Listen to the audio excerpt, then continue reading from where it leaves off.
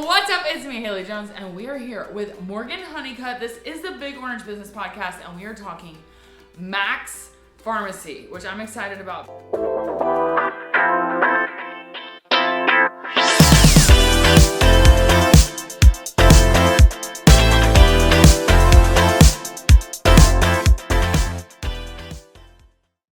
As someone who goes to a traditional pharmacy, I need to learn about pharmacy in general because I feel like I don't know. But we're going to get into that.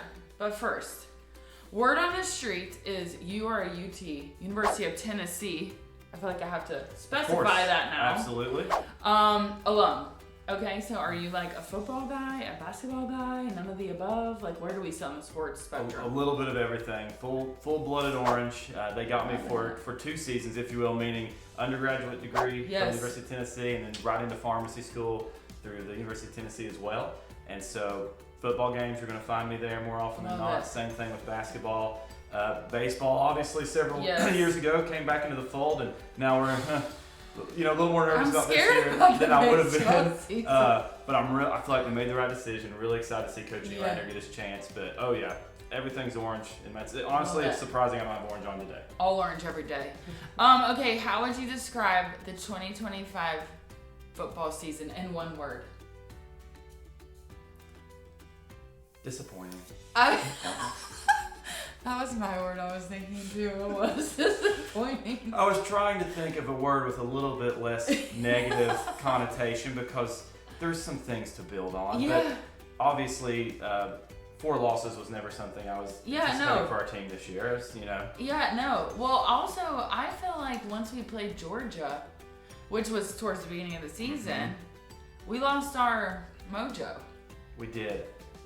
And even then, at that point in the season, I still felt we just went down to the wire with Georgia, so we're going to be okay. I know, right? That's how I felt. I think we missed that kick before. Anyways, whatever. I'm gonna try to let it go. Okay. Okay. Word on the street is also that you're a sneakerhead, as you have just revealed to me. So if someone's like wanting to dabble in the shoe sneakerhead, because I love a shoe, but I'm like, what should I go for here? Is it about style? Is it about brand? Like, what should we know? I think you got to find that balance when you're first diving in because you don't want something uncomfortable that you're going to wear. That's true. And so I'm a believer that your outfit every day can start with the sneakers. Oh, and so that way I'm looking and I'm picking something out and I color code from the feet up. When I'm looking for comfort, especially when I'm maybe shopping for someone else, a lot of times I'll start with maybe an Adidas Ultra Boost, very comfortable sole. They come in different colors, so it's a really fun one to just put on. People are going to put on and be like, that feels like clouds on my feet. Very comfortable.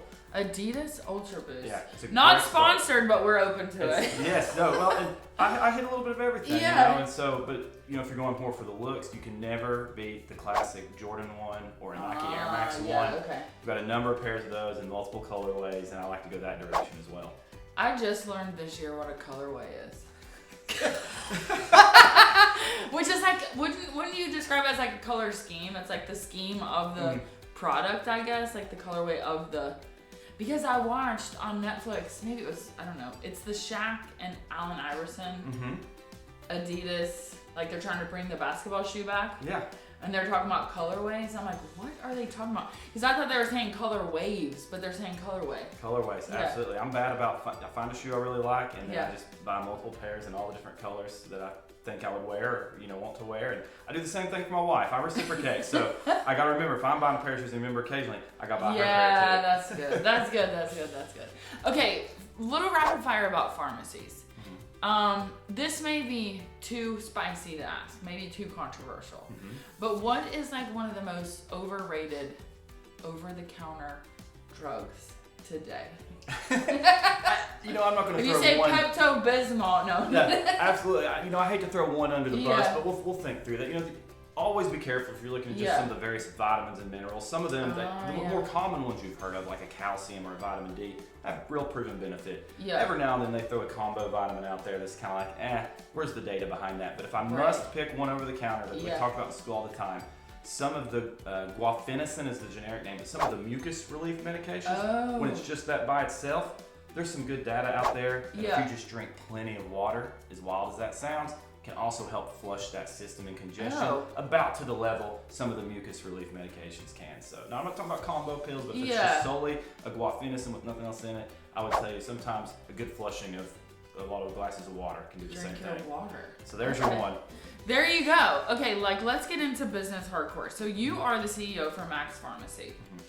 Tell us, we know what a CEO is, but tell us like what is Max Pharmacies or what are Max Pharmacies? Because you guys are around.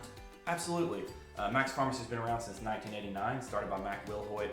One thing I always remember that he told me early on was, Morgan, if you take care of people, business will take care of itself. Yeah. And so kind of the mantra and the, as cheesy as it sounds, as Max Pharmacy is to be that mom and pop level of customer service. Yeah. And so being a true partner in your health, being someone when you walk through those doors, you're not just a number. We know your name. We know your kids' names and what sports they're playing. And we want to get to know you as a person. And that way we can better help you with those elements, because pharmacists are the most accessible healthcare provider. If you think about any other healthcare provider, you got to make an appointment. You got to get through all the phone menus. There's a gatekeeper telling you when you can see them. But any time of the day or night, or I guess within regular hours, you can give the pharmacist a call, or you can just walk in and talk to a healthcare professional. Yeah, so what is the difference between a pharmacy like Max versus like what we all know as like, you know, the CVS's and the Walgreens, and like I would call those like a big box pharmacy, if that makes sense. Yes. But Yes, the big box chain, that's the terms I would use. And I want to be clear here to say a lot of it's the people. So a pharmacist, a pharmacy technician, any of those employees can be great and take great care of people in any setting. Yeah. But from our perspective, you are going to find more of that community feel, more of that local independent service and feel when you are working with a family-owned business, because our livelihoods rely on that as well to take good care of it. We saw back in the early 2000s when you had the boom of a CVS and a Walgreens popping up on every corner, several independent pharmacies closing at record rates, and the ones that survived were those that had that level of customer service. People said, hey, we may not be able to compete with the price of that guaifenesin like the big box chains can. But the service and the time spent, the wait times are usually going to be shorter, the availability of someone willing to sit down and talk with you. And once again, I don't want to throw chains under the bus, but we're not responsible to shareholders. We're not responsible to the market or the ups and downs. We're responsible solely to our patients and really our families that come in and see us. So when it comes to like, when someone, I guess, you made the point about like being, pharmacists are your most accessible like healthcare provider. So what are questions that, because every time I pick up a prescription, it's like, what questions do you have? But like, I don't even know what am I supposed to ask. Then I go home and I read the thing and I'm like, I don't even want to take this because it's too complicated. So I don't take the medicine. So, just throwing my own self under the bus, like, where am I wrong? Not, like, where could I avoid all that? And because when a doctor prescribes something, you're just like, oh, okay. And then you get the directions and that's where it all... And then it goes downhill. You see the directions, that pamphlet. Wait, this is a side effect? Yeah, well, because I have one right now that's like, take it on an empty stomach. But if it messes your stomach up, then have it with a light meal. So I don't even want to take it because I don't want my stomach to be messed up. So I just don't take it. Those are all real life examples and very fair examples. Part of that starts with trying to develop that relationship with a pharmacist, and that's where I really push, of course, for independent family-owned pharmacists, where you're typically seeing the same people in there. Like I said, Max Pharmacy was started in 1989. Mac, his son Mike, is under the stores now. His son-in-law and daughter run a couple of stores. His other son works, meaning it's still the whole family that's involved. But developing that relationship, so when you come in, they know you and they know you as a person. They're gonna say, hey, how you doing? Let me see what you got going on here. Okay, and then with that relationship, they're gonna know, okay, is this what they're treating, and have that ability to maybe be a little more leading on their end to be able to tell you what you might want to look out for in those cases. And so often with medications, consistency is key, and that's why you read those contradictory statements sometimes. It says, take on an empty stomach, but maybe you need a little bit of food if it's bothering you. And part of that's just things like that can affect the absorption of the medication in your stomach. But what our bodies need to see is consistency. So always do it on an empty stomach, or maybe you do have a light snack. You just have that light snack, your body's gonna have that consistent absorption. Okay. yeah, I'm like, I don't even want to take this. Which is not the right answer, but. Well, it's healthy to have a Yeah. skepticism Right. to make sure you have an understanding of anything you're putting in your body. Yeah. So how do you deal with adherence? Because your website kind of mentions that, and like how you help your clients adhere to like whatever the schedule is for taking stuff. Yeah. Like how do you address that? Absolutely. So it's very tough. Yeah. In the United States, they've done several studies looking into adherence. This includes pharmacists. We can be the worst as well. But the average American is compliant with their medication, meaning taking it within that kind of same day or schedule every single day, about 60% of the time. Really? Some studies say maybe even less, that maybe it's close to half the time we take medications. And Dr. Everett C. Koop, who was an Surgeon General a long time ago, he said, drugs don't work in people who don't take them, essentially. Yeah, right. And so much of the balance of medications is taking them as prescribed, because that's what gets to the levels in your body that you need to elicit the response that we're looking for. And so from Mac's Pharmacy perspective, we actually started this, gosh, it's been 15, 20 years ago, but Mike Wilhoit, Mac's son, had a vision of doing compliance packaging or special packaging for those to help us be more adherent with their medication. Yeah. We've done a number of different offerings over the year, but everything from including a color-coded card where it's like one large tray. Yeah. Yellow is your morning card, and it has for a whole month, each little pocket has, and it's labeled, what is today, December 10th, 11th, 12th in the morning. So if you think, did I take my medicine today? You can go look at that card and see, you know what, nope, it still sits right there. Good. A blue card for the evening. We've done things like that. And then real popular now, we call it strip packs or roll packs. That's what our Mac Pack program is, that we try to get our patients to enroll in. We're gonna line up all your medications together at the same time, and then we're gonna send you that new box once a month. Yeah. And when you open it, it's these little baggies, and it's in chronological order. So today you're gonna see December 10th at 8 a.m. and the medications you're to take, they're gonna be listed on there with their directions. Yeah. And let's say like today, you're on the go, you're running around, and you have a med due in the afternoon. You can tear off that baggie, put it in your purse, take it with you, and you're not carrying all these bottles around and trying to twist and turn and keep it all together. That random Ziploc bag with all the nonsense in it. Absolutely, you got it. Absolutely. Yeah, that's awesome. Okay, what is I feel like some people are like, I don't believe in medication, and other people are like, medicine for everything. So as a pharmacist that's like highly trained, like this is your, zone of genius. What's the correct approach and like mindset around medication? Because for me, I'm like, oh, I don't know. But then I do know it works if you take it, right? So like, what's the line of needs to be medicated, this doesn't, like what, how should we be thinking as consumers about medicine?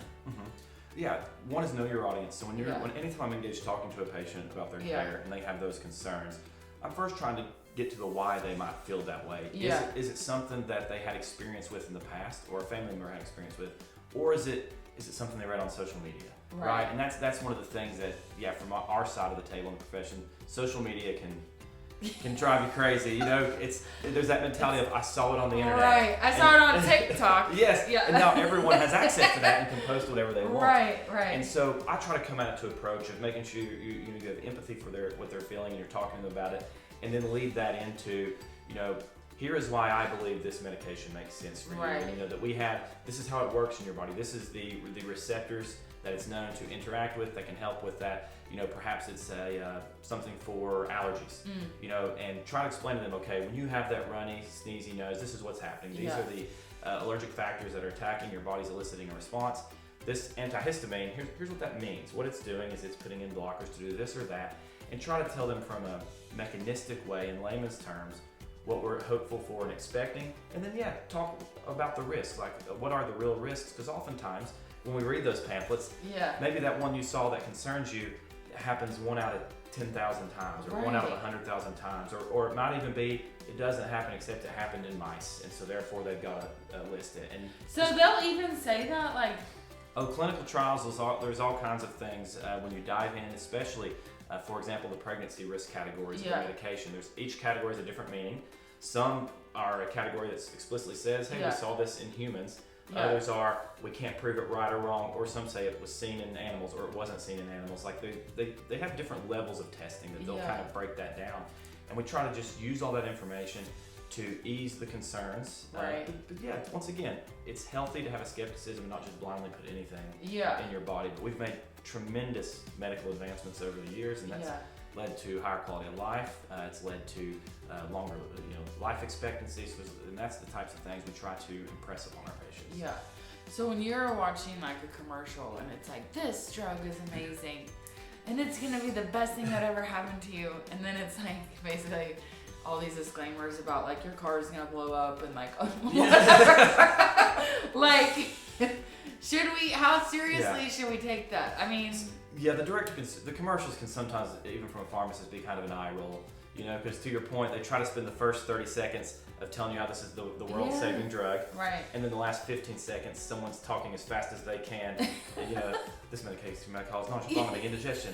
People have reported, depressed thoughts. Everything. And so that, we are unfortunately a little bit of a litigious culture, and so there's just a lot of legal mumbo jumbo, is maybe a better word to use, that these companies are pressured to put on there. But once again, that's why having a healthy relationship with your pharmacist can say, hey, these are the warnings I've read about. Which of these, should I truly be concerned about? For example, some have what's called a black box warning. That signifies it is a more significant warning due to the frequency it occurs or the severity of the reaction, and have the pharmacist talk you through that so you can make an informed decision. Yeah. So what would you say to somebody that's like, I don't need this, I'm tough, and if I take this medicine, it means I'm not tough, or like I'm weak, or whatever? Like, what would you say to that person? Yeah, that's a tough one. I liken it to people who say they don't want to take sunscreen, like they're tougher than the sun. The sun that warms the earth from millions of miles away, and it's like, I don't want to wear sunscreen, I'm tougher than the sun. Yeah. And so, no, that is a harder conversation to have. And sometimes, personally, I try to tie it back to maybe something going on in my own personal life. I'm on medications myself. Some seasonally. I dealt with allergies my whole life. I'd be the first to tell people I used to even get the allergy shots. Yes. And was life-changing for me. Yeah. But sometimes I try to tie it back to a personal experience and that kind of approach of, your patients don't care how much you know until they know how much you care. Yeah. Quote, a little cliche, but it matters. Right. And so kind of going down that path with, there's no statement here that says you took this pill, you're weak. Let's talk about the benefit it could provide. Right. Let's compare that to your hesitations, and then just risk versus benefit, and then make a decision. Yeah. Okay, love that. So let's go way back. Okay. A pharmacist in general, like, how do they know about all these medicines? Oh yeah. Like, what? How do they know? And how do they? Because I feel like there's 15 new medications for the same thing every day. So, like, I know a doctor goes to medical school, and I know you go to pharmacy school, but like, what should we know as consumers too? Like, why are you an expert in medicine? You know what I mean? Absolutely. So, a doctorate of pharmacy is a doctoral degree program. It's postgraduate. So I've got a bachelor's of science from the University of Tennessee, and then went and got my doctorate of pharmacy through the University of Tennessee. Spent 8 years, 4 on each side in that program. But in pharmacy school, before you get to the medications themselves, pharmacists are put through a depth of understanding of bodily functions in general. So knowing how the body works, how the metabolism works, how we develop energy. I mentioned earlier the allergic reaction. What causes those processes to go? Our cholesterol. We learn about the cycles in our body that develop cholesterol. So what is it about our dietary intake that leads to the formation of stored fat versus what do we do that burns fat? Same thing with the processes of blood and white blood cells, red blood cells, how we attack infection on our own. So first off, there's a basic understanding of bodily processes on how the body does everything on its own. So if medicine didn't exist and you and I were exposed to a virus, what is our body going to do on its own to try to defeat that virus? It's then that we get into the medications as enhancements, supplements, cures, whatever it may be, to work within those particular bodily functions. And so that baseline knowledge helps, so that way when new medications are coming out and they say, hey Morgan, this is a new H2 receptor blocker or whatever it may be, we're going back to, okay, H2 receptors are in this pathway, what's it going to do to affect that? The buzzword right now is the GLP-1s. And so with a glucagon-like peptide, you're going back to, okay, what the release of glucagon in our bodies, what all does that do that helps with satiety, that feeling of fullness, burning of fat, weight loss, all the things. And so knowing those pathways first. And then yes, in school you're going to focus on the medication classes, how they work. You're learning about all those. Once we're out of school, we are required to do so many hours of continuing education every year. That's something we have to prove and track within the state licensure bodies. And then we're a teaching pharmacy, and what I mean by that is we have university students come and spend months at a time with us to learn, do their clinicals and on-the-job training. And every pharmacist likes to make use of the clinical students, say, hey, here's a new drug that come out, can you do a presentation on it? But a big part of it is you're never going to know everything, but you have to know how to look it up properly. And it's not TikTok, it's not Facebook or social media, not Wikipedia. Let me go to TikTok and look at this. It's knowing that when you do have to do that quick research, because yes, Google, ChatGPT, like there are tools that you can use to start your search. Right. But you have to know when you're getting your source verification. Right. There's a big difference from it came from this mom blog or it came from an NIH study. Yes. And you got to know where to read that. And we do extensive classes in school on how to read clinical trials and clinical studies and how to look for bias, because the general population can be skeptical, as they should be. And it's like, wait a second. So this vaccine study that tells me I need it was put out by the people who made the vaccine. Like they teach us to look for those things. What is a true double-blind study or a true independent study, or this one was sponsored by the drug company? You learn to look for those things, put it all together to make informed decisions. Right. Because it seems like you would just constantly be learning. Yes, no, it is. Lifelong learner is a term that's used a lot in our profession. Yeah. I mean, I would be like, I feel this pressure. There's definitely, especially, so I graduated pharmacy school in 2012. Yeah. I've been doing this for nearly 14 years now.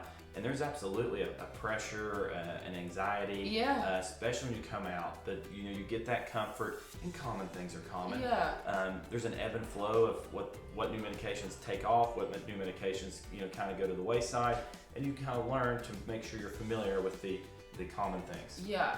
So maybe also a dumb question, but because you guys are so client-centric and focused, and the people that come through the door, are there times when something gets prescribed and you're like, is there collaboration with the doctor? Absolutely, that happens every day in a pharmacy. Okay. So when those prescriptions come across, before it's even filled in the pharmacy, typically the pharmacy technician team, you're as strong as your technicians, and so they're starting that process, getting that medication in the system and prepping it to kind of go to the pharmacist to start the review process.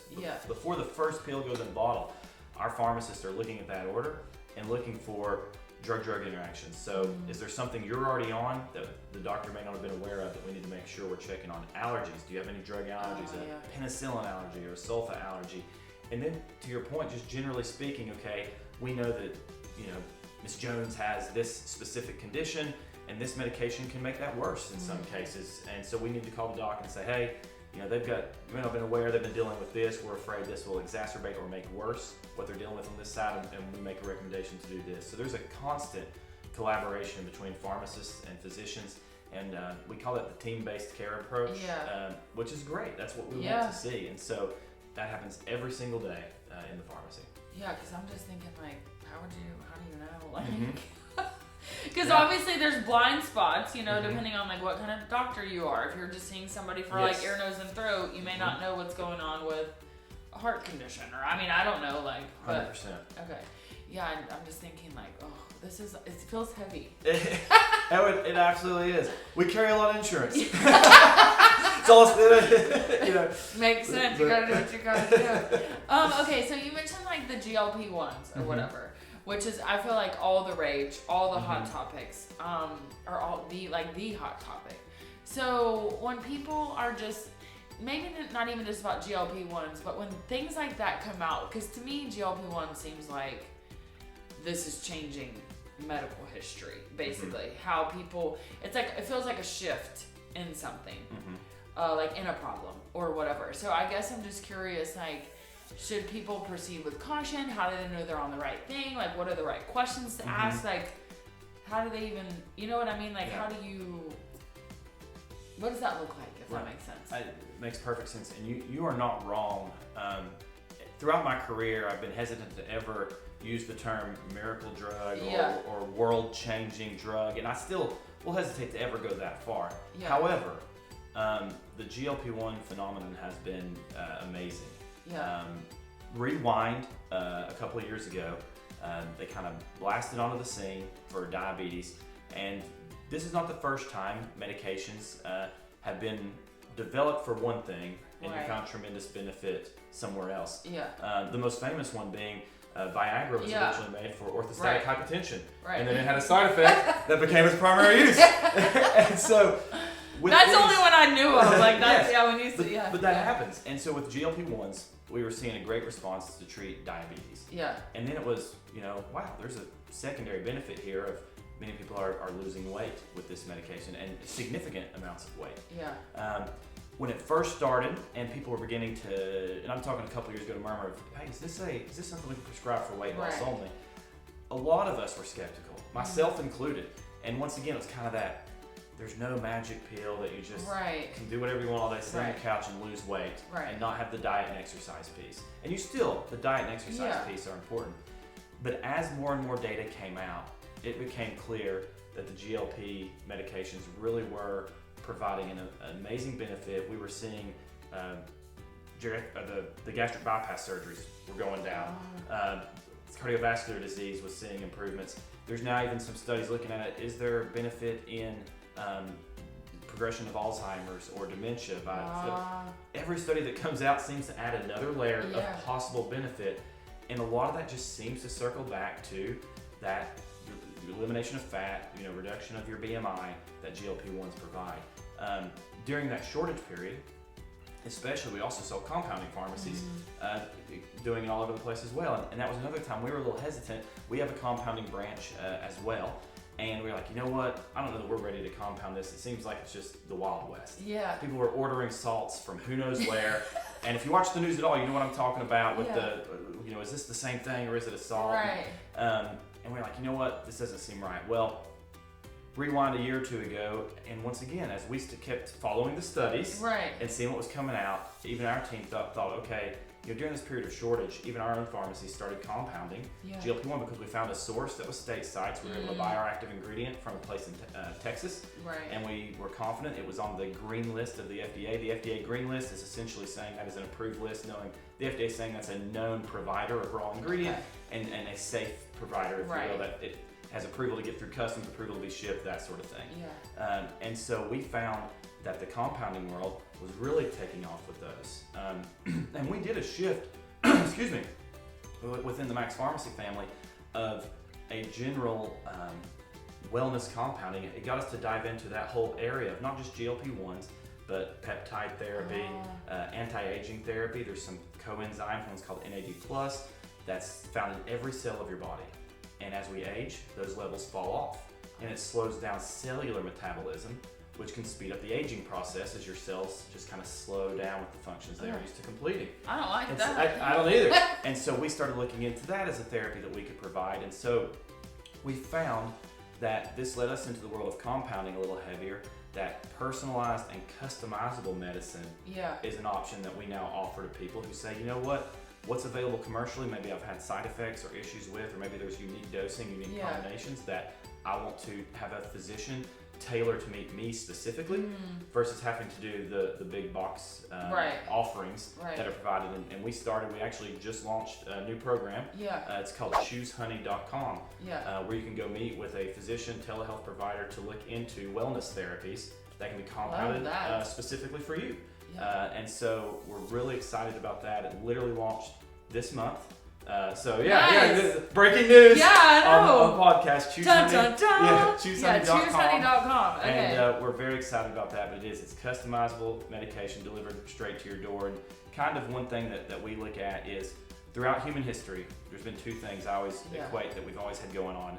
And there's been wars fought over it. There's been people conquer new lands, travel the world, and it was explorers and conquistadors going after the fabled City of Gold and the Fountain of Youth.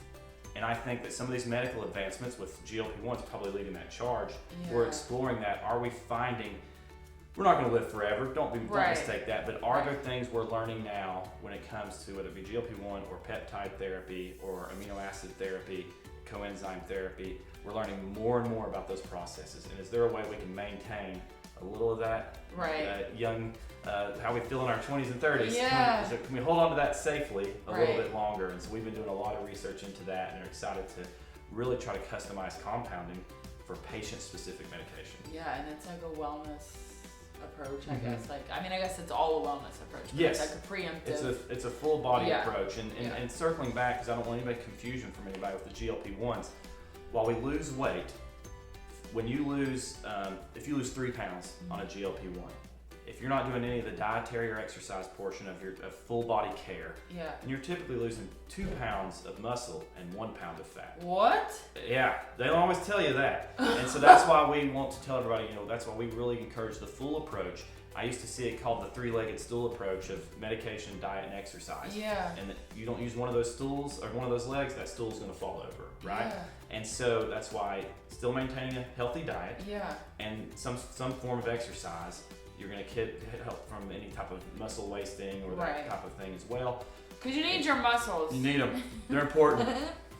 Yeah, I mean, they're really important. Yes. Okay, what's a peptide?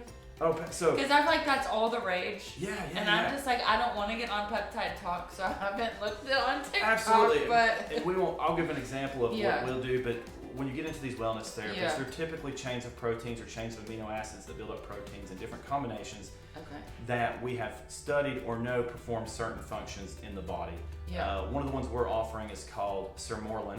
Sermorelin, it's a peptide. When injected, it stimulates your body's natural release of your own growth hormone. Oh. So you hear of maybe athletes or people trying to recover from injury, and they're interested in HGH or some sort of synthetic growth hormone. Yeah. This is, instead of doing that, you can use something like Sermorelin that stimulates your own body to release your own versus having to inject a synthetic. The NAD+ that I mentioned earlier, that's a coenzyme that's found in every cell of your body, found in the mitochondria. And like I said, there's cellular processes that help you with your quality of sleep, help the elasticity of your skin. I want that one. There you go. NAD+ is what we need to talk about. But when we lose those, when those levels fall off, that means those cells that are using that as fuel and to make those processes happen, they're slowing down as well, or not able to perform the functions to the degree they could when we were 22. Yeah. And so, but yes, BPC 157 is one that a lot of, if people listen to Joe Rogan or they've heard of that one, it's a body protection compound. A lot of athletes recovering from injury like to use it, and some agencies, meaning like NFL, MLB, some professional sports, it's on their banned list because it's considered a performance enhancer in many cases. But it's technically right now, be very careful if you're shopping online, it is still technically a research-only chemical. And so people say, well, Morgan, how are people getting their hands on it? Well, physicians and providers, they still have means to buy research chemicals, and at their risk could potentially, encourage someone to use it for human use. However, there's whispers, there's grumblings. We know that even some of our congressmen and women have gotten involved with petitioning the FDA to review a list of, as more questions are coming up, peptides and compounds that they believe should be moved from the research list to an approved for human use list. And so we do anticipate more of that to happen, so much to the point that we also have already developed our own formula for BPC 157. We are ready to go, so if and when that does get approved, our pharmacy will be able to offer that. And so we're really diving into the research. I don't think peptide therapy is going anywhere, and it's just a further study of our body composition and what processes can we replenish that may be changing as we age. This is fascinating. Okay, one last question. Vaccines. Well, how do we know? How do you know this vaccine is good, this is bad? Like, what's the source? Ask your pharmacist? Like, what do you do? It is ask your pharmacist. And I guess since we are being recorded, if I ever want to be a politician, I need to show how to ride the fence here. And this is a great example to show how to give an answer without giving an answer. A lot of people are very passionate about vaccines. Even in my own household, my wife and I have had some ebb and flow over the years.